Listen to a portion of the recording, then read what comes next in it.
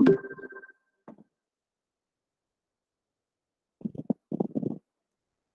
the last class, we have discussed about the inverting adder. In today's class, we'll discuss about the non-inverting adder.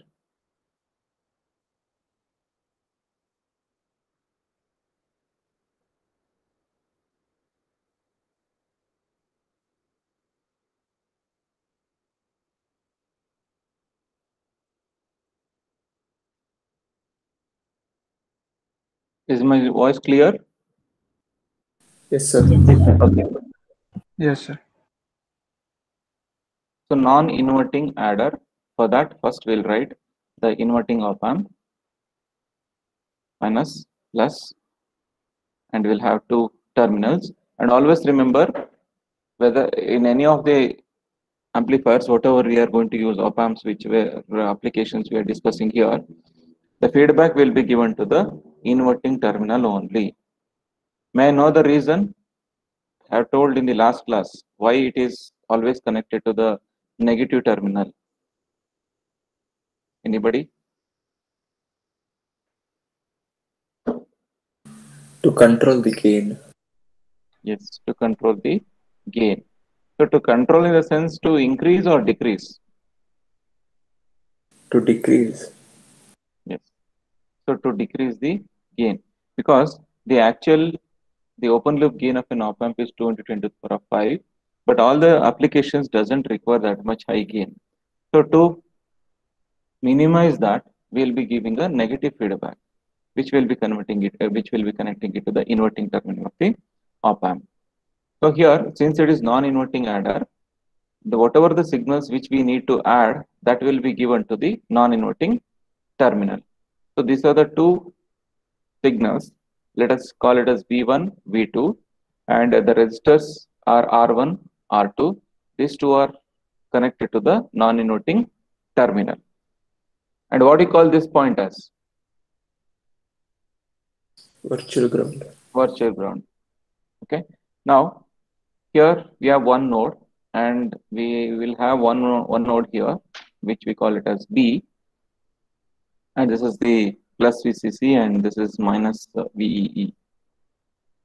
See, whether you are going to apply, whether you are going to give the input to the non-inverting terminal or inverting terminal, we will be applying KCL to the inverting terminal always. Remember this.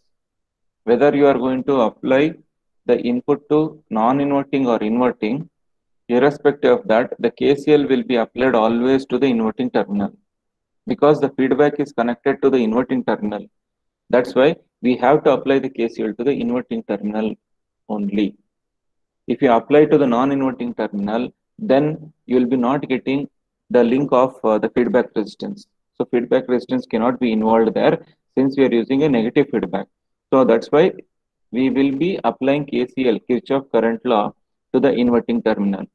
So in order to begin with this, as we know, according to the virtual ground concept, the voltage across this node will be just following whatever the voltage it is having on the non-inverting terminal. In this application, we need to add these two signals, and we have to amplify it, and we have to give the output.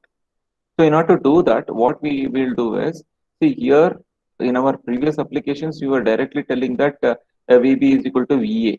But here we are having two input voltages, V1, V2. So we cannot tell V1, V2 is equal to A like that directly.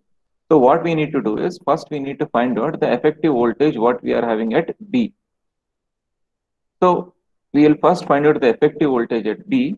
After that, we are going to take VB is equal to VA according to the virtual ground concept. Later on, we'll apply the same KCL to this loop, and we will do as usual. Now, the first step, what we need to do is, we need to first find out what is the voltage, which is effective voltage, which we are having here. Okay. Now, in order to do that, in order to find the effective voltage which is across this node, we need to apply the KCL, Kirchhoff current law. This KCL is applied to just find out the voltage across this. The voltage across B, we will call it as VB. Okay. Now, Here the current entering is equal to current leaving. But what you will do here? What is the input impedance offered? What is the total input? Infinite. Infinite. So considering that, can you tell me what we can do for I1 plus I2? If I1 is the current through R1 and I2 is the current through R2, so during that time, how we can apply? What will be the equation of the KCL at this situation?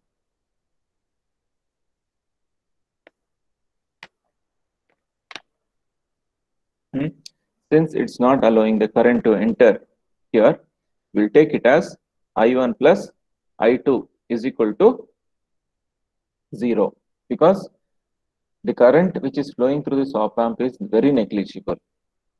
So that's why we almost take it as 0. So since input impedance is of the op amp is very high, no current will flow through it.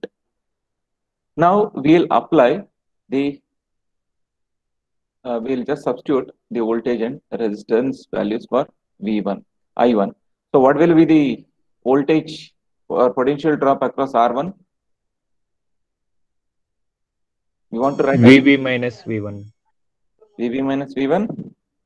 V1 minus VB by R1. V1 minus VB by R1. See, always it starts from higher concentration to lower concentration, the current. So that's why we will take V1 as the first one, starting point V1 minus VB divided by R1. In the same way, for I2, we will take it as V2 minus VB divided by R2, that is equal to 0. Now we will rearrange it. So V1 by R1 plus V2 by R2. So that is equal to, we take the VB common on the other side, we get VB into 1 plus R1 plus 1 by R2. Then we will take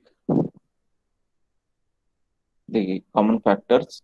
So we will get R2 into V1 plus R1 into V2 divided by R1 R2 is equal to VB into R1 plus R2 divided by R1 R2. So R1 R2 they get cancelled out each other, and finally we will be having VB is equal to V1 R2 plus V2 R1 divided by R1 plus R2.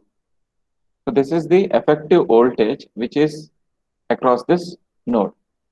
This equation gives the effective voltage at this, the total voltage which is appearing across B, or we can tell this is the sum of the total voltage. VB is the sum of the total voltage which is given out by V1 and V2.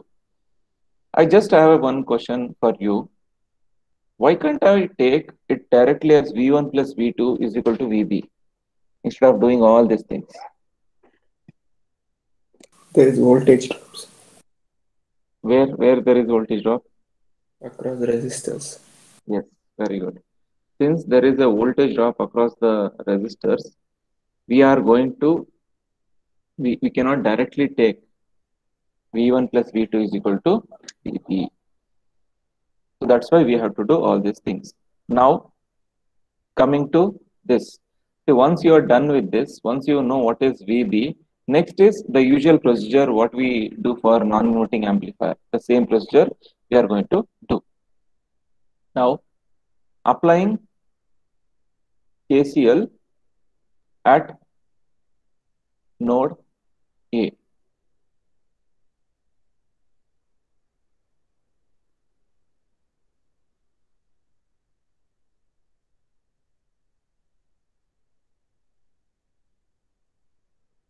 At node A. So from this, here let us take this as current II and this is current IF. So current entering is equal to current leaving. You can take small I or anything. I think in the book I have given small I. Okay, we will take it as small I. Small I is equal to IF.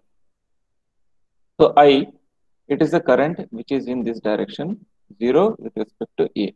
So we will take 0 minus VA divided by RI is equal to VA by RF minus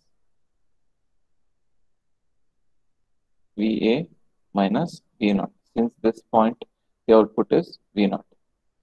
After this, we'll have minus VA by Ri is equal to VA by Rf minus V0 by Rf. So now after rearranging, we get V0 by Rf is equal to VA by Ri plus VA by Rf. So we'll take the common outside. V0 by Rf is equal to VA into 1 by Ri plus 1 by Rf.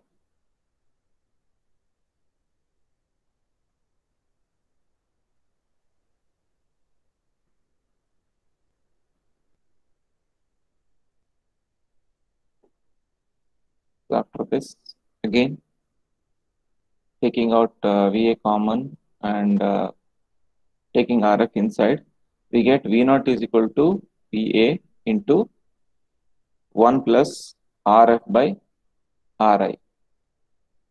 And from virtual ground concept, what we can do from virtual ground concept? VA is equal to VB. Yeah, from virtual ground concept, we can take VA is equal to VB. So the voltage across the non-inverting terminal will be the voltage equal to inverting terminal. So now substitute VA value. So V0 is equal to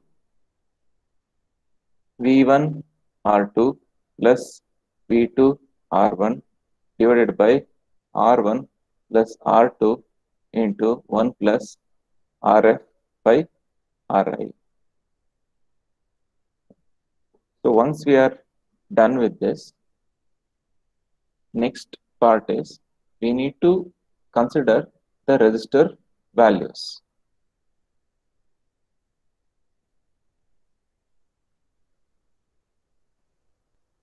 We will consider R1 is equal to R2 is equal to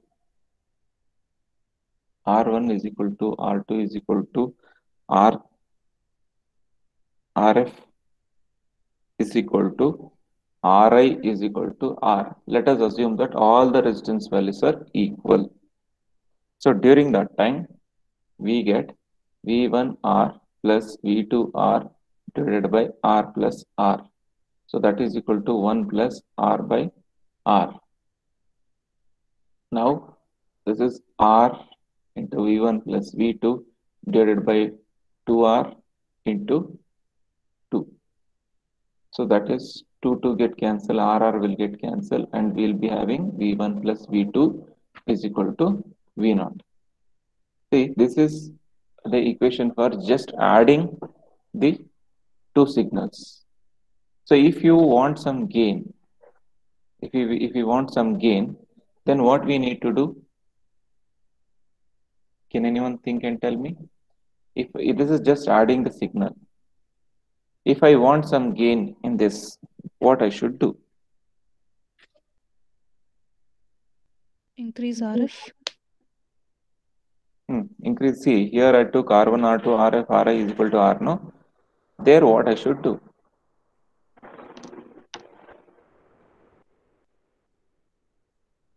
In that case, if when you want some gain, what you should do is just consider R1 is equal to R2 is equal to R.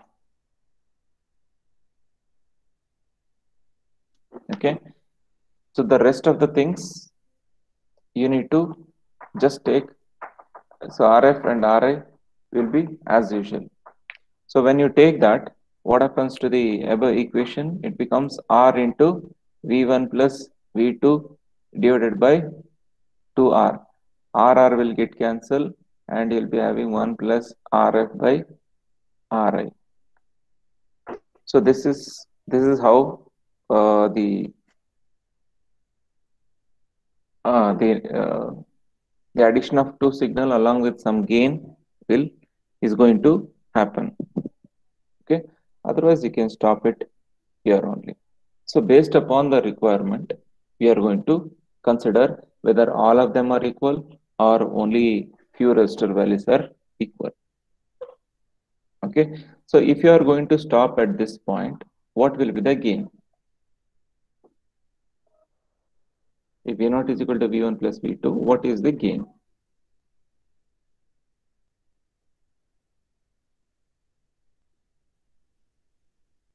One, sir. 1 unity gain. It has a unity gain. So this is about the non-inverting adder. After that, the next part is voltage follower. In the voltage follower, we are having, as the name itself tells, voltage follower. Here we have an op amp where you have V0, VCC minus VEE minus plus, and you are giving the input. Remember, for voltage follower, you need to give always input to the non-inverting terminal. Vi you're having, and this will be short circuited like this. Now, in this figure, do you have any feedback resistance?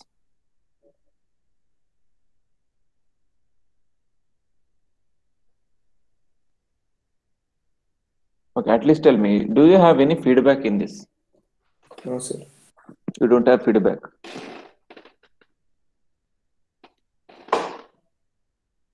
You don't have feedback. How many of them tell that there is no feedback in this?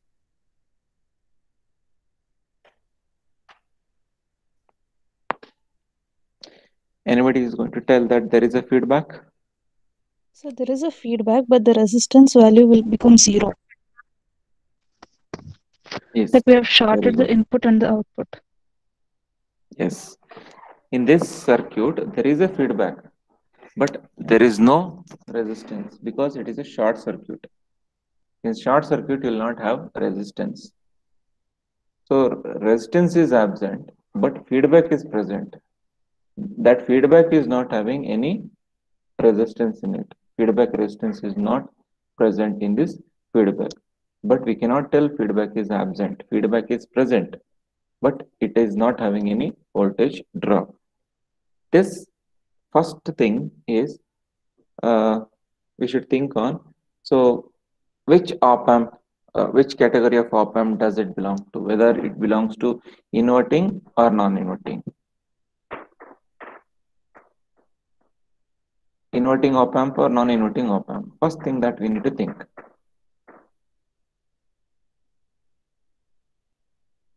Whether it is an inverting or non-inverting. Non-inverting. Non-inverting, sir. Yes, non-inverting. For non-inverting op amp, we are having the formula V0 is equal to Vi into 1 plus Rf by R1. Okay. Alright. Now, what about the resistor here? Do you have any resistance here? No, there is no resistance. So this tends to 0. So obviously V0 is equal to Vi. Since feedback resistance is 0, because in this loop we don't have any resistance. So we tell the feedback resistance is 0. So Rf is 0, so V0 is equal to Vi.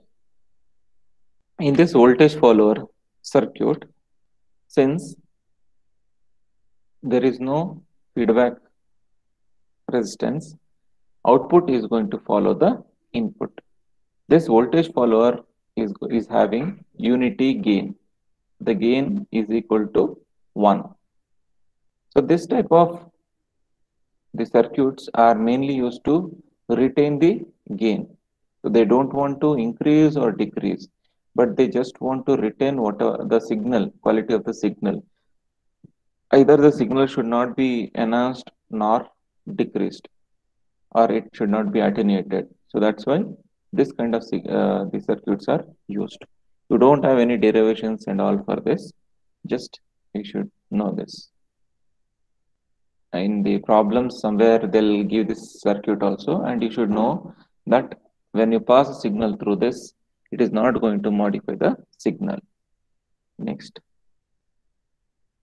one of the important application is subtractor, and this is also known as the difference amplifier.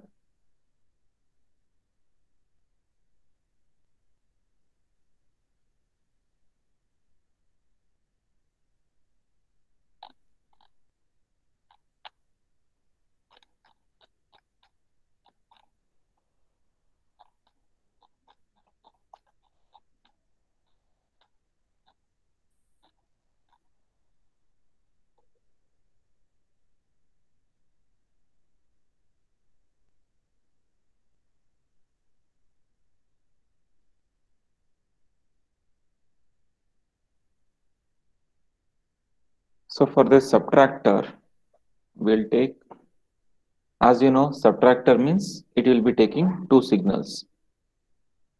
Taking the signals in the same terminal and subtracting it is not possible. So obviously, the signal has to be taken in two different terminals. One is non-inverting and other one is inverting. So we need to derive an expression for subtractor. So how actually they are going to take the difference of the signal? For that, there is an equation. That equation we need to derive. So we'll take the op amp, so plus VCC and minus VE as usual, inverting, non-inverting,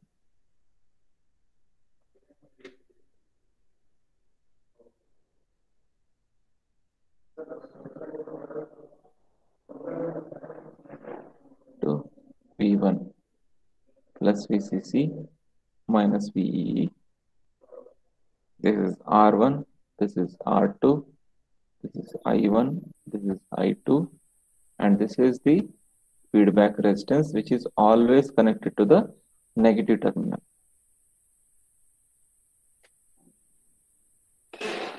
Sir, sir, hello, sir. Amit, sir.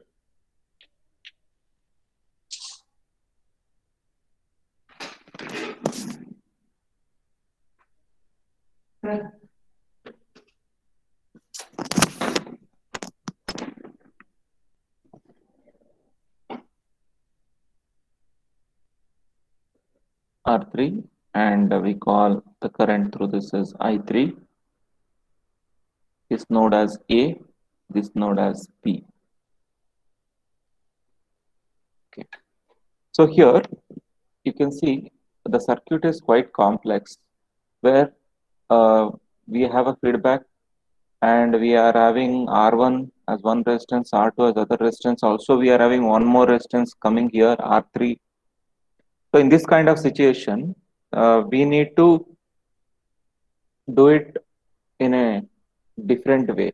So for that purpose, we are going to use a theorem called superposition theorem. Superposition theorem. So this comes in the network theory subject, which ECE and ETE students, EEE students will be studying in the third semester. So network theory, there we are having superposition theory or superposition theorem.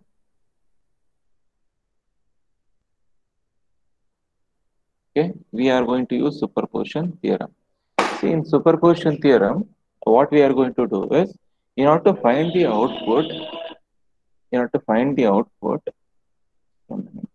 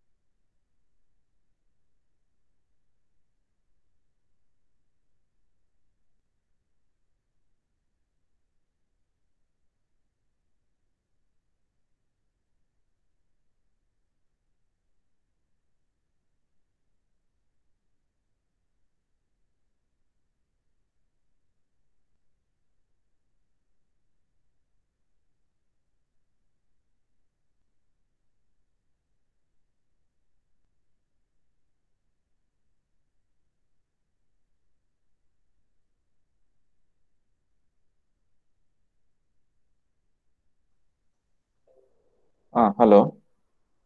Am I audible? Yes, sir. Okay. Yes, sir. See, in superposition theorem, what we are going to do is, as the name itself tells, superposition, superimposition. See, because of these two input signals, you are going to get one output signal. Superimposition is going to happen. Superimposition means because of two or more signal, you are going to get one signal. That is known as superimposition. So in short, we call it as superposition. So in the superposition theorem, what they are going to tell is, in order to find the output, because of combination of inputs, combination in the sense it might be addition or subtraction, multiplication or anything. Whenever you want to find out the output, because of the combination of different input signals, during that time, you have to find the output individually. You have to find the output individually, taking the input individually. So here what we do is case 1. So in case 1, we will take V1 input voltage. V1 is considered to be applied. That means we are applying voltage to V1 only, and V2 is 0. V2 is considered to be 0. So during that time, if I am going to consider this case to this circuit, can you tell me what will be the appearance of the circuit, or how it will appear to you?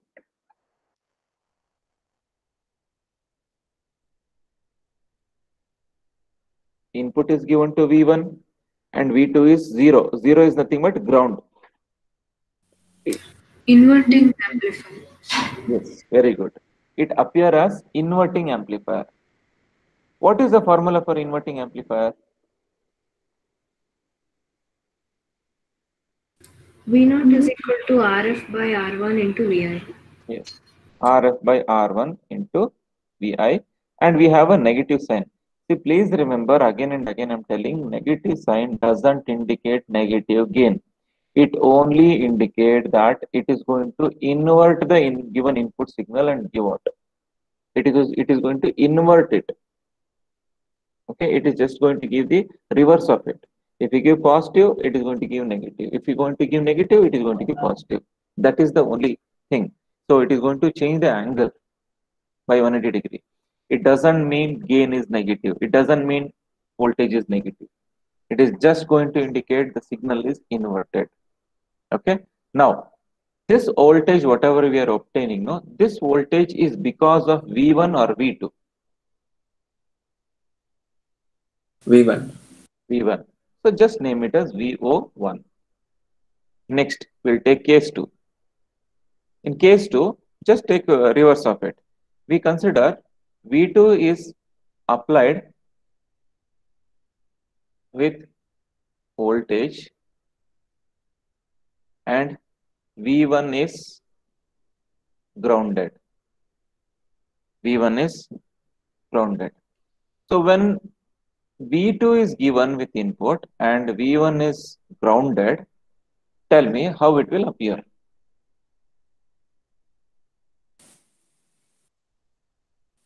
Non-inverting. Non-inverting. So for formula for non-inverting, we know that VO is equal to VI into 1 plus RF by R1. Okay. But here you can see that we cannot take V2 directly because we are having one branch here and one branch here. So the total input given is VB here. So we need to take it as VB. That's what I told. This is quite complex. And this is very, very important also. Usually they'll ask this one. Since it is complex, for 8 to 10 marks, they'll be asking this. You should not take V2. You should take VB because here VB is the effective voltage considering drop across R2 and considering drop across R3. And one more thing, majority of the times where you get confused is you'll be considering while considering the gain, it is always should be RF by R1. RF by R1. You should not take any resistors of the non-inverting terminal. Even though it is non-inverting amplifier also, you should take always the resistors of negative feedback and the inverting terminal resistors. They are the main parameters or the main resistors for the gain. So you should not consider the resistors of the non-inverting terminal. You should consider only the resistors which are connected to the inverting terminal, irrespective of whether it is a non-inverting amplifier or inverting amplifier or anything. Fine. Now we got an equation. So take this as equation 1 and this as equation 2. But now again we have one problem here. The problem is we have VB. Here we are having V1. So this is V1. That is fine. We are getting V1, but here we are having VB. First, what we need to do is we need to first find out what is VB. To find VB, we have the formula. We have one rule, voltage divider rule. We are having voltage divider rule. Write this equation somewhere if you are having the textbook with you. Also, write this equation. Voltage across a branch is equal to main voltage into resistance where voltage needs to be found divided by total resistance. So this is the formula which we are having. So main voltage across a branch. So where we want to find the voltage? Which voltage we want to find? Which voltage we have to find? Across R2. Across R2? VP. VB. Okay. Now let us analyze. What is the voltage across R2? Potential difference formula. What is the voltage across R2? V2 minus V2 minus VB. Okay. What is the voltage across R3? Voltage across R3. 0 minus VB. VB minus 0. Okay. It is VB. Right? Because current direction we have taken in this direction. VB minus 0 is equal to VB. From this, can you tell me, from this analysis, the voltage across B is the same voltage of R3 or R2?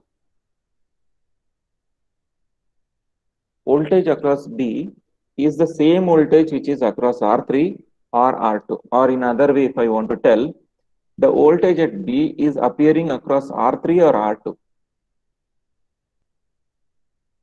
R3. Yes. Right? So, voltage across a branch means we are finding VR3. So, that is VB. That is equal to main voltage. Which is the main voltage for this? For this, which is the source? V2. V2 into where we are finding that voltage, whether we are finding across R2 or R3. R3, right? Divided by total resistance. What is the total resistance we are having in this?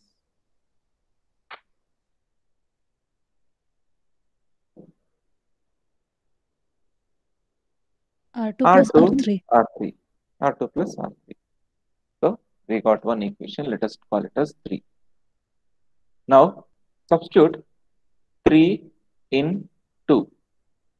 So when you substitute 3 in 2, we get V0 is equal to V2 R3 divided by R2 plus R3 into 1 plus RF by R1. So this is what we have got.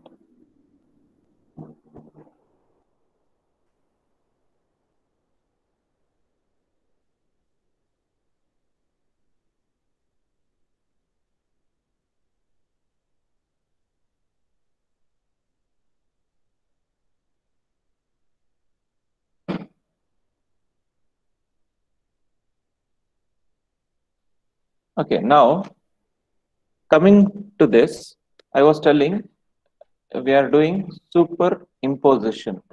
So for superimposition, we take V out is equal to VO1 plus VO2. I was telling it is a combination. Output is a combination of the input. What is VO1? We have got minus RF by R1 into V1. For VO2, we have got V2 R3 divided by R2 plus R3 into 1 plus RF by R1. So this is what we have got. Now let us take R1 is equal to R2 is equal to R3 is equal to RF is equal to R. All resistances are equal. So when all the resistances are equal, let us see what will happen.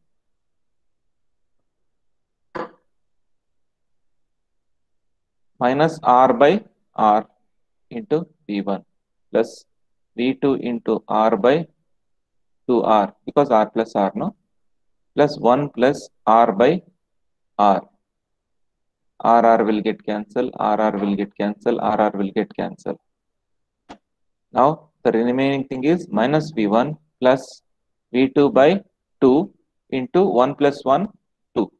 2 get cancelled. We'll have minus V1 plus V2. So we can write V0 is equal to V2 minus V1.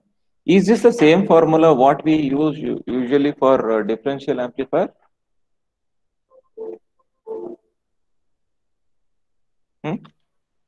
Yes, sir. So we take the difference of the two input signal.